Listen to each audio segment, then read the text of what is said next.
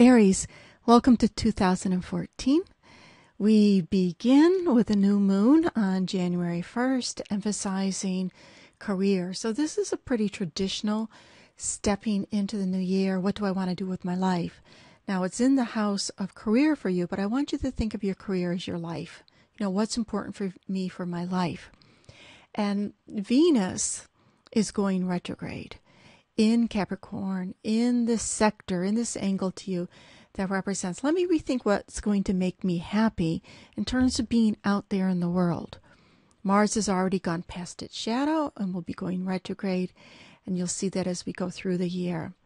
The new moon in Aquarius in February has an emphasis on friendships for you, so the friendship sector of life can become more viable or more important.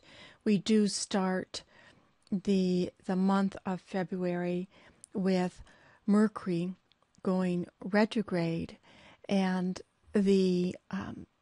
by the 31st, Venus will have gone direct. So you can get some clarity around these eternal questions you were meant to be asking yourself. Am I happy doing what I'm doing out there in the world?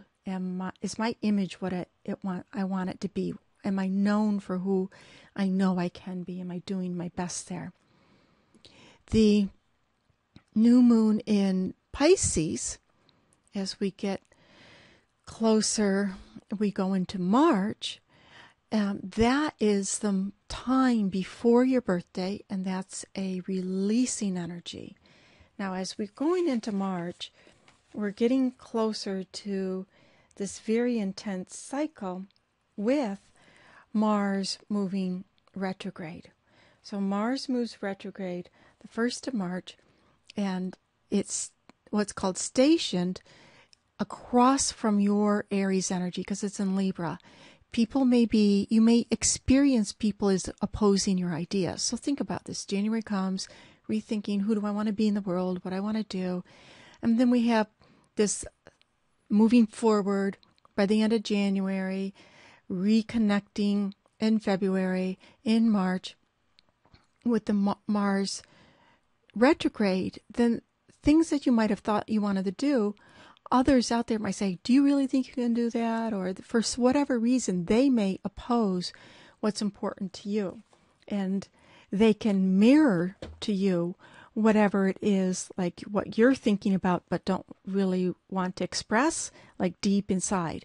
The important energy in March that happens is Jupiter goes direct.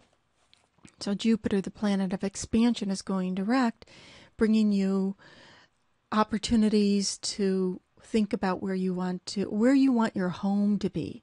So if you're thinking about living in a different place, this is a good time. And Saturn is also very strong in March. And Saturn is it's strong because it's stationed retrograde, and it will be going retrograde in your house of other people's resources. So there's this energy of looking at the resources that are outside of yourself and what you want to do with that. It also can represent clearing out any kind of debt and seeing how much debt or money you want to borrow. Now, when we go into April, the new moon in Aries is March 30th, but we're going to use this for the April energy. The Aries month is very intense, very powerful, as the main theme for 2014 have to do with the planet Uranus and the planet Jupiter and the planet Pluto. And in the April time, what we are going to have a Jupiter square Uranus, and this goes back to a few years ago, which will emphasize, what do you want to start that's fresh and new? What do you want to start where you can live your life authentically, that you say, this is what's right for me?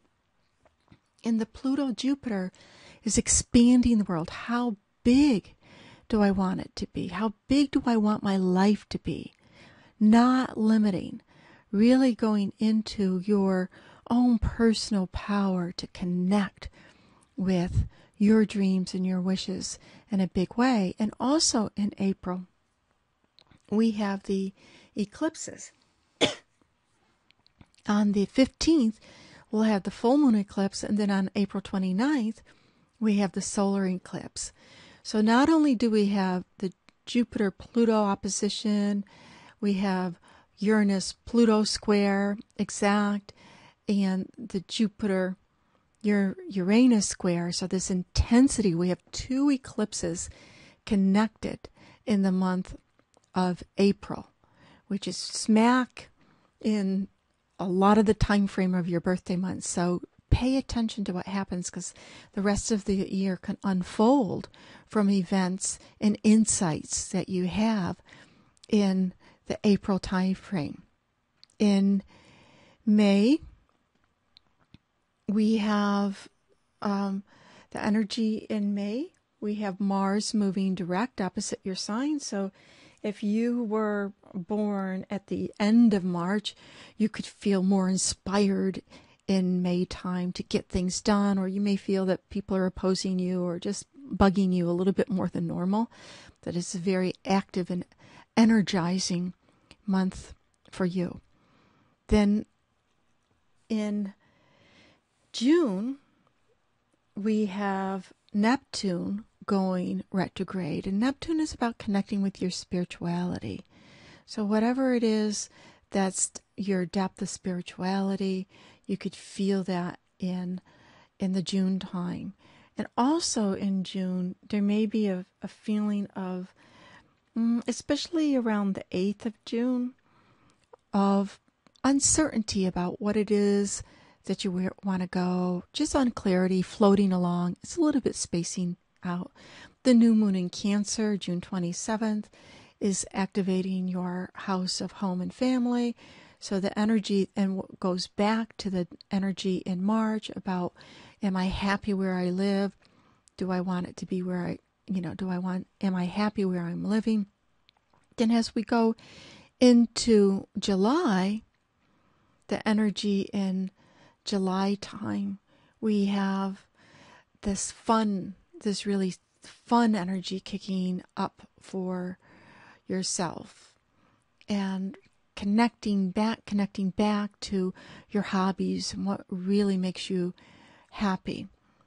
As we move through August, also in July, it's important to note that Saturn will be going direct. So anything that you have been trying to get done where you felt a little stopped or inhibited, the July time is when you can start to see things moving forward, projects completing. And it is connected with remembering to enjoy life, remembering to have a sense of expansiveness. Also in July, we have the planet Uranus going, we have that planet going retrograde. And it's in Aries, so you're in your sign, so you will probably feel very strongly by the end of July this sense of not wanting to sit still, wanting to go and do different things, just wanting to get out and make things happen for yourself. The August time frame, there's a little bit of settling down from just kind of keeping things moving, keeping things going, keeping things on track of what you've decided over the last month or so. And then when we move into the September time, that's when the energy goes back to an intensity time. And we have Pluto moving direct, and in September on the 22nd. And that movement is about connecting with your inner power, connecting to what you feel, like going within and feeling empowered. It's not being bossy. It's not bullying anybody. It's about trying to get your way through being quote unquote powerful, but it's about empowerment. How can you empower yourself? And really feeling that you have what you need within yourself to create what is important for you. As we go into October time, October has the other set of eclipses, which are in your sign, just like in we have the full moon eclipse in April in your sign, and we have the full moon eclipse in October in your sign. So the full moon, the moon will be in Aries while the sun is in Libra on October 8th, heightening up what is it that I need to do for myself versus what I need to keep in balance to have the relationships and the partnerships in my life that I want and that are important for me. The time frame of, and there's also a Scorpio, a new moon Scorpio eclipse that happens October 23rd. It's in a sector of your world that can represent finances. So you could take a look at what it is that you want to do and how much money you need to do it, and whether or not it is something that you may feel you need to ask for help someplace, borrow money or whatever else. But it's also in tuning up your intuition. You'll feel this depth of intuition opening up by the end of October. The November time frame is a strong time where we have a lot of, almost all of the planets will be moving in a way that is about getting a lot of things done.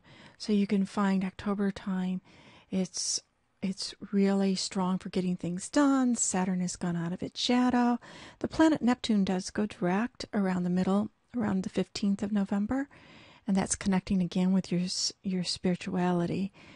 And by the time we get to the new moon in Sag, which is November 22nd, this energy is very inspiring for you to feel strong about who you are and your beliefs, what you want to do, your dreams, your that sense of being able to think big, dream big, shoot for the star, that saying, shoot for the star and you might reach the moon, that saying.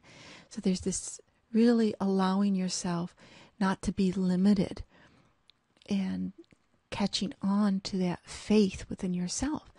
And then the year ends with the December time frame, which again is another very powerful month, as we have Jupiter going retrograde around the 8th of December, and we have that planet Uranus, which is a big player. Jupiter and Uranus are big players this year, and big players because they have these major what's called aspects going on, major influence. And the Jupiter, Uranus, both of those planets are more powerful in December.